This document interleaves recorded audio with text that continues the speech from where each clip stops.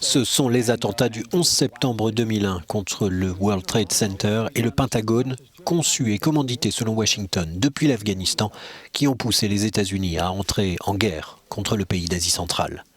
Considéré par Washington comme soutien d'Oussama Ben Laden, chef d'Al-Qaïda et ennemi public numéro 1, les talibans deviennent logiquement la deuxième cible des Américains. Good afternoon. On my orders, the United States military has begun strikes against Le président George Bush leur déclare la guerre en octobre 2001. Il assure que le peuple afghan connaîtra la générosité des États-Unis et de leurs alliés. L'Afghanistan, nouveau bourbier des Américains, donnera ainsi du fil à retordre à 4 présidents avec un gouvernement afghan souvent inefficace, corrompu et impopulaire.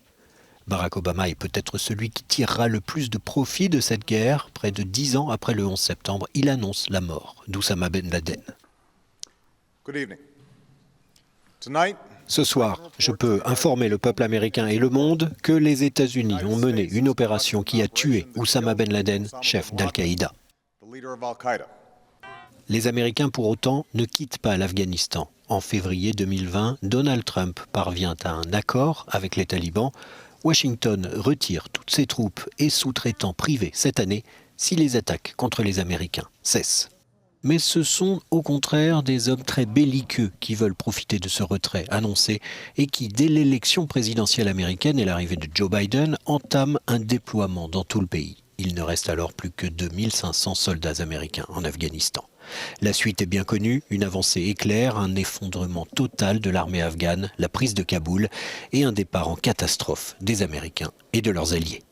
Ce sergent-major sur cette photo déjà historique est le dernier GI à avoir quitté le sol afghan. Il est malgré lui devenu un symbole du plus grand échec militaire de l'histoire des États-Unis.